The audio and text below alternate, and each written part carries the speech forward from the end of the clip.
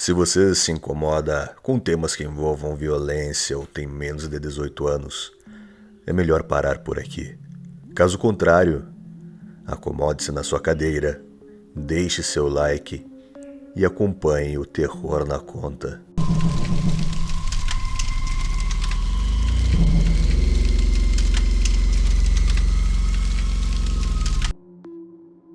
É considerado um serial killer, um assassino em série, um criminoso que comete 2 ou mais assassinatos com um perfil psicopata, seguindo sempre o mesmo modus operandi, deixando sempre um tipo de assinatura macabra. No Brasil, muitos assassinos em série que marcaram nossa história policial, com crimes bárbaros e perfis assustadores, agindo com os mesmos rituais antes e durante os assassinatos das vítimas. Confira agora nesse canal do YouTube, O Terror na Conta, os 10 maiores serial killers que aterrorizaram a população brasileira.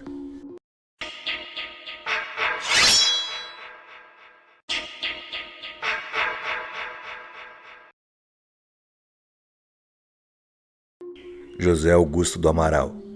O Preto Amaral. José Augusto Amaral foi escravo até os 17 anos, quando ganhou liberdade pela Lei Áurea. Logo ele entrou para o exército e foi promovido a tenente da Guerra de Canudos. Isso em 1897. Integrou batalhões de polícia e tentou desertar, quando foi preso. Ao sair da prisão foi para São Paulo, onde passou a fazer bicos, mas foi preso novamente com acusação de estrangulamento e morte de 3 pessoas. Todos eram homens, sendo 2 delas menores de idade. A forma de atrair sempre era com uma conversa amigável, pagando um café, ou mesmo presenteando com alguma coisa para depois dar o bote.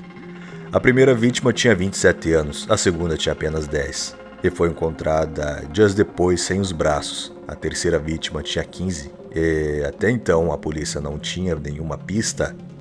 Então um engraxate de 9 anos, que seria mais uma vítima, conseguiu escapar de Amaral e contou à polícia. Amaral foi preso, torturado e confessou os crimes com detalhes. Ele morreu 5 meses depois de ser preso. 2 semanas vindo da Bahia, vindo da guerra de Canudos. Sou um desertor, um soldado esperto, que não morre, patriazinha de merda. E se eu disser a você que aqui no Brasil pessoas comiam linguiça feitas com a própria carne de outras pessoas, você acreditaria? Conheceremos agora a história de José Ramos, o linguiceiro da Rua do Arvoredo. Em 1863, na província de Porto Alegre, José Ramos era muito famoso por suas linguiças de fabricação própria, que produzia junto com a mulher Catarina. José era tido como um homem elegante e apreciador de artes. Apesar desse perfil aparentemente honesto, supõe-se que ele produzia suas linguiças com uma carne especial, que era extraída diretamente de suas vítimas. Ele e sua mulher atraíam pessoas para a sua casa e as envolviam com uma boa comida e a promessa de uma noite quente com Catarina. No entanto, as vítimas eram logo atingidas com um golpe de machadinha na cabeça. José tinha a ajuda de um colega, o açougueiro Carlos Clauser, para esquartejar e fatiar a carne das vítimas para depois ser moída. Mesmo sendo seu amigo, Carlos também foi morto por Ramos devido a desentendimentos. Os crimes só foram descobertos em 1894, chocando cerca de 21 mil habitantes da província na época, muito tempo depois de a vizinhança toda do açougue já ter se deliciado com as linguiças de José Ramos. Ele foi condenado à prisão perpétua e morreu na cadeia. Catarina foi para um hospício, onde também ficou até morrer. O número de vítimas é desconhecido, mas existe o registro de alguns crimes de José Ramos. Pode ser considerado o primeiro assassino em série brasileiro, ao lado de Preto Amaral.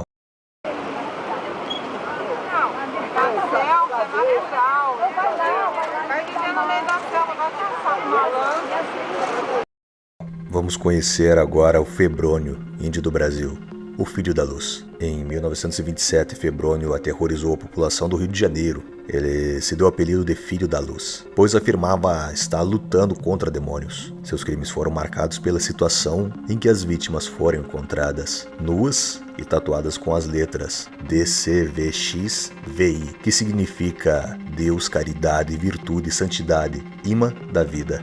sendo que foram mortas por estupro, seguido de estrangulamento. Ele abordava as vítimas, também todos eram homens jovens ou crianças, com promessa de emprego e depois as levava para a Ilha do Ribeiro, onde praticava os crimes e abandonava os corpos marcados. Ele foi preso depois de alguns familiares das vítimas reconhecerem e assumiu algum dos crimes.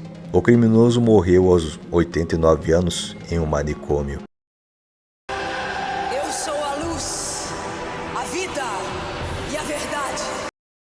Deus, caridade, virtude e santidade, vida, imã da vida. Eu fui escolhido. Cláudio de Souza, o maníaco da lanterna. Segundo a polícia, Souza cometeu uma série de ataques a casais de namorados entre os anos 2001 e 2005, na região norte de Mato Grosso. Ele é acusado por ter matado ao menos 9 pessoas. Souza era andarilho e sempre andava armado. Ele se escondia no mato e usava uma lanterna para iluminar a escuridão e abordar os casais. As vítimas eram atacadas em locais ermos e escuros da cidade, onde iam namorar, e pelo menos 5 mulheres sofreram violência sexual antes de serem mortas. Souza foi preso em flagrante no início de abril de 2008, na periferia de Alta Floresta, onde matou um casal. Ele foi condenado a 20 anos de prisão pelo crime, em maio desse ano. Em 2011, Souza já havia sido condenado à mesma pena pela morte de uma mulher e por tentativa de homicídio contra o namorado, em Sinop, a 503 quilômetros de Cuiabá, onde está preso atualmente.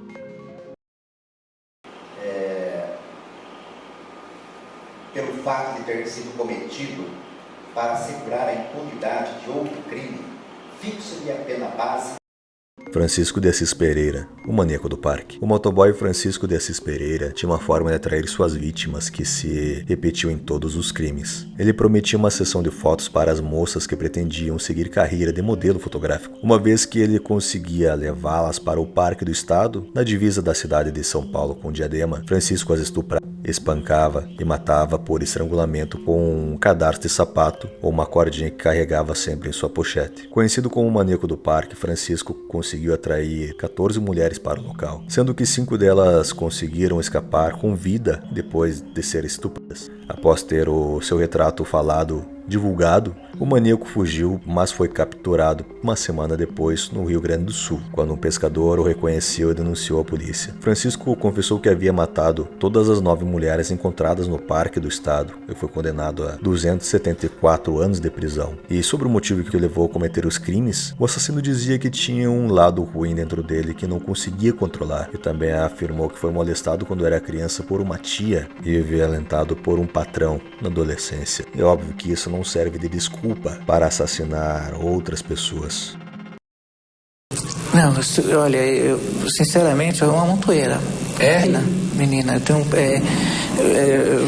paixão por criança, principalmente menina.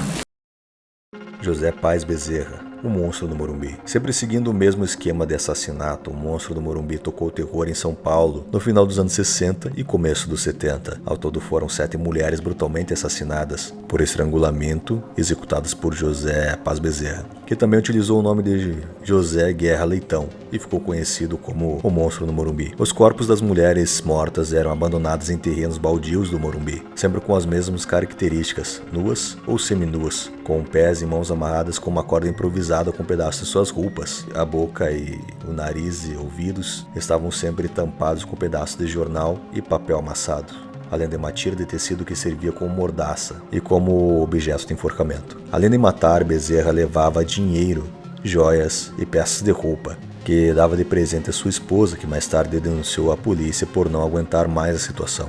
Com isso, ele fugiu para o Pará, onde matou mais 3 mulheres, mas logo foi preso e confessou os crimes. Segundo a polícia, a razão desses crimes poderia estar ligada à sua infância traumática, pois ele escolhia as vítimas que tinham características físicas parecidas com a da sua mãe, que era prostituta, e levava aos programas quando ele era criança. Ele assumiu ter matado mais de 24 mulheres, mas foi condenado pelo assassinato de apenas 4 vítimas, pois foram relacionadas a provas concretas. Ele cumpriu a pena máxima de 30 anos, foi liberado em 2001 e ninguém mais sabe onde ele anda atualmente.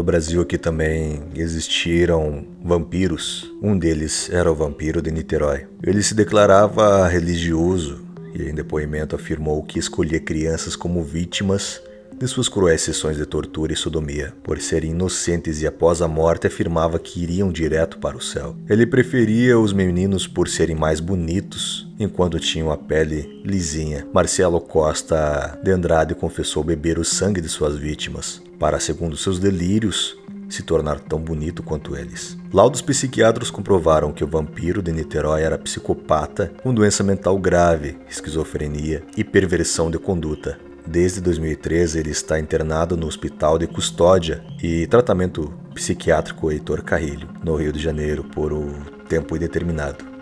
Marcelo Costa de Andrade, vulgo vampiro de Niterói, é um serial killer brasileiro acusado de ter matado cerca de 14 meninos nas redondezas de Itaboraí, a cerca de 30 km de Niterói, no Rio de Janeiro, entre abril e dezembro de 1991.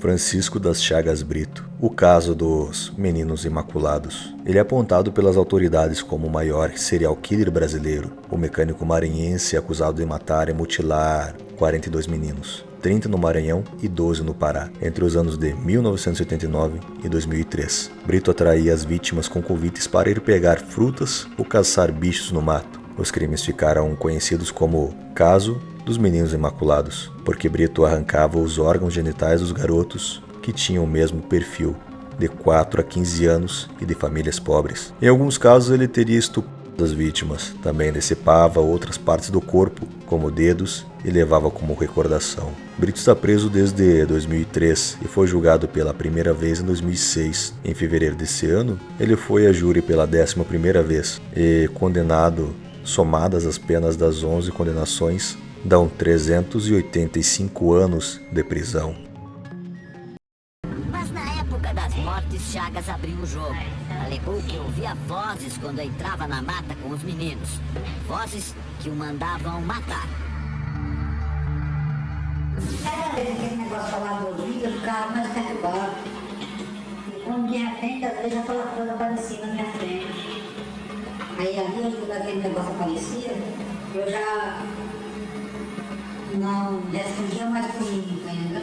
Você mandou fazer o que agora? Que eu pegasse o menino e fazesse o mesmo sentido que os outros.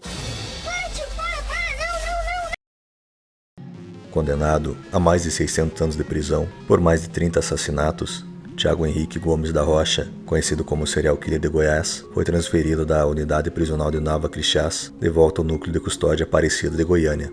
Detento que trabalhava como vigilante está preso desde 14 de outubro de 2014. Thiago Henrique ficou conhecido como serial killer de Goiás por ser apontado como responsável por mais de 30 assassinatos, sendo a maioria contra mulheres. Até essa quinta-feira, segundo o levantamento do Tribunal de Justiça de Goiás, Thiago Henrique Rocha enfrentou 40 julgamentos por homicídios e foi absolvido em 3 processos. As penas somam mais de 600 anos de prisão, além de ter sido condenado pela Justiça a 12 anos e 4 meses de prisão em regime fechado por ter assaltado 2 vezes a mesma agência lotérica do setor central na capital goiana. O quanto eu pude, esse sentimento ruim que eu tinha, é uma psicopatia, mas eu não acho que não é isso, né? Porque eu tenho sentimentos normais. Falaremos agora sobre o assassino de assassinos, Pedrinho Matador. Pedro Rodrigues Filho, mais conhecido como Pedrinho Matador, é um assassino em série brasileiro considerado o maior serial killer do Brasil, tendo sido considerado a mais de 400 anos de prisão por matar 71 pessoas. Pedrinho Matador acredita ter mais de 100 mortes em seu currículo de matador. A primeira vez que sentiu vontade de matar foi aos 13 anos de idade. Segundo ele, só morria em suas mãos quem merecia. E foi sob essa alegação que Pedrinho matou o próprio pai. O pai de Pedrinho havia assassinado sua mãe com 21 facadas. Então matou o pai, preso na mesma cadeia que ele, com 22 facadas, arrancando um pedaço do seu coração e mastigando para selar a vingança. Na prisão ele foi um dos maiores matadores que já existiu. Durante uma emboscada, Pedrinho conseguiu improvisar uma faca e matar 5 presos, além de ferir outros 2. Em liberdade, Pedrinho, que passou 42 anos na cadeia, tornou-se uma espécie de comentarista de crimes no YouTube. Hoje convertido, se tornou evangélico, aos 66 anos. Há 10 anos ele vive isolado na casa de detenção de Taubaté, São Paulo. Se for misturado aos outros presos, ele mata. Já matou 40 dentro da cadeia. Eu tô fazendo um bem pra sociedade, eu acho. Tô matando meus inimigos e tô gente estrupando, gente matando criança, matando pai de família por causa de um tênis. Essa pessoa merece viver? Fala pra mim. Merece. Basicamente, o serial killer psicopata vive uma vida dupla, mantendo a aparência voltada para a sociedade, muitas vezes sendo uma pessoa gentil, racional e que interage com o meio social. Porém, sua verdadeira identidade é mostrada somente para suas vítimas. Um ser dissimulado incapaz de sentir pena e de obter satisfação com tortura, estupro e assassinato. O Terror na Conta fica por aqui. Agradeço a companhia e até o próximo vídeo.